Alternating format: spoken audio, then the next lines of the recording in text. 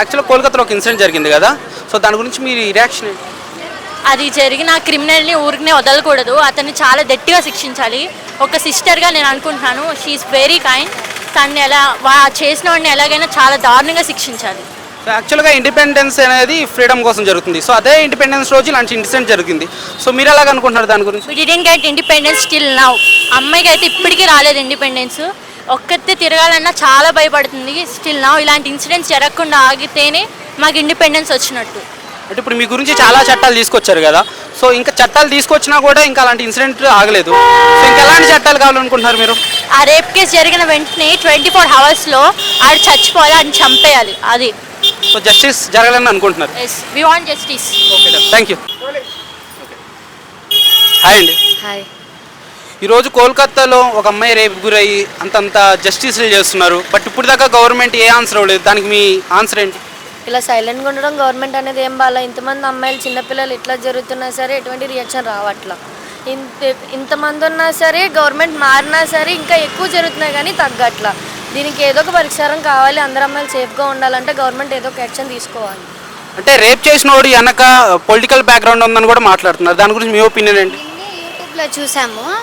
అది ఏంటంటే పోలీస్ వాళ్ళ పేరెంట్స్ వచ్చినా సరే ఒక 3 hours బయట కూర్చోబెట్టి వాళ్ళ డాటర్ బాడీని 3 hours చూపించలేదంట. బయటకు వచ్చి తన్ని సూసైడ్ అటెంప్ట్ చేసుకుంది అని చెప్పారంట.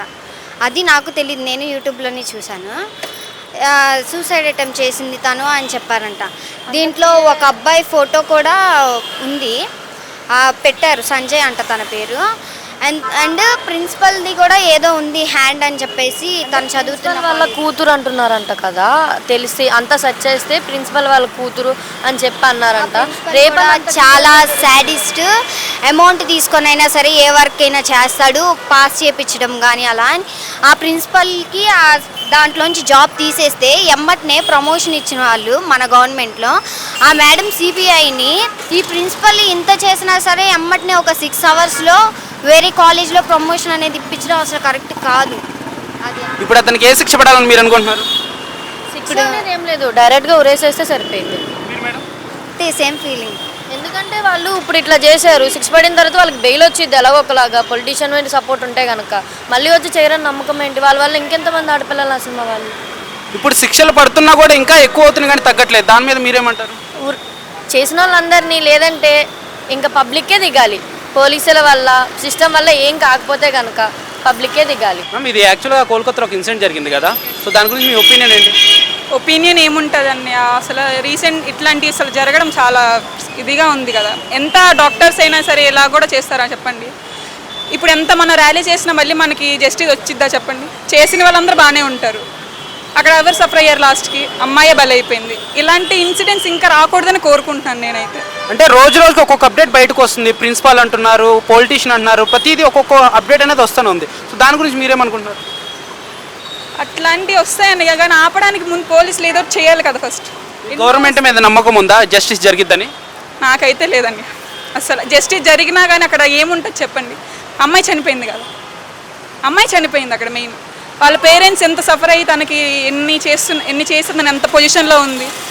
మినిమం మా వాళ్ళకి కామన్ సెన్స్ ఉండాలి కదా. ఒక అక్కని ఇలా చేస్తున్నాం, ఒక తల్లిని ఇలా చేస్తున్నామని కామన్ సెన్స్ ఉండాలి కదా. అంతే అండి ఒపీనియన్. ఇప్పుడు అతను ఏం చేయాలని మీరు అనుకుంటున్నారు? అలాంటి వాళ్ళని పబ్లిక్ ఇచ్చేయాలి ఫస్ట్. అలాంటి ఎదవాళ్ళు తీసుకొచ్చి వాళ్ళు పోలీసులు అయినా ఏం చేస్తారు, ఫస్ట్ ఇంట్రాగేషన్ చేస్తారు. వాళ్ళు జైల్లో కూర్చోబెట్టి బిర్యానీలు గుడ్డులు అని ఇలా పెడతారు. ఇంకా వాళ్ళకి కోట్లని ఇలా ఒక 10 రోజులు అలాగే అవుతుందండి. అది తీసుకొచ్చి పబ్లిక్గా ఇస్తే వాళ్ళ ఇంటి బాడీ పార్ట్ కూడా దొరకకుండా చేస్తారు పబ్లిక్. అది నాకైతే అలా అనిపిస్తుంది. తనకి మీరు న్యాయం జరగాలని కోరుకుంటున్నారా? జరగాలని కోరుకుంటున్నా కానీ జరిగిన ఉపయోగం లేదు కదా, అది మెయిన్. జరిగిన ఉపయోగం ఉంటే జస్టిస్ జరిగిన ఒక అర్థం ఉంది. ఉపయోగం లేదు, ఏం చేస్తాం? జస్టిస్ చేసినా ప్రాణం పోయింది, మళ్ళీ తిరిగి రాదు కదా. ఇలాంటి ఇంకా జరగకుండా అన్నని మీరు నమ్ముతారా? అస్సలు నమ్మేదే అనుకోవట్లేదండి. ఈరోజు తను అయ్యింది, రేపు నేనైనా అవ్వచ్చు. సపోజ్ చెప్తున్నా, నేనైనా నా ఫ్రెండ్ అట్లా. అంటే దీని గురించి మీకోసం చాలా చట్టాలు తీసుకొచ్చారు కదా, దానివల్ల ఉపయోగం ఏం లేదనుకుంటున్నారా? చట్టాలు రాయడానికి, వినడానికి, చెప్పడానికి, మాట్లాడడానికి తప్ప పాటించడానికి ఇక్కడ ఎవరు లేరు.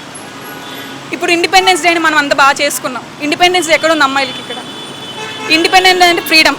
అమ్మాయిలకి ఫ్రీడమ్ అసలు ఎక్కడుంది?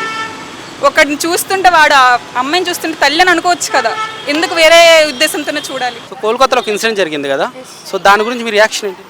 ముందు అసలు గర్ల్స్ అనేది సేఫ్టీ కావాలి, జస్టిస్ ఉండాలి. ఎక్కడికైనా వెళ్ళాలన్నా వాళ్ళకి ముందు సేఫ్టీ అనేది ప్రొవైడ్ చేయాలి.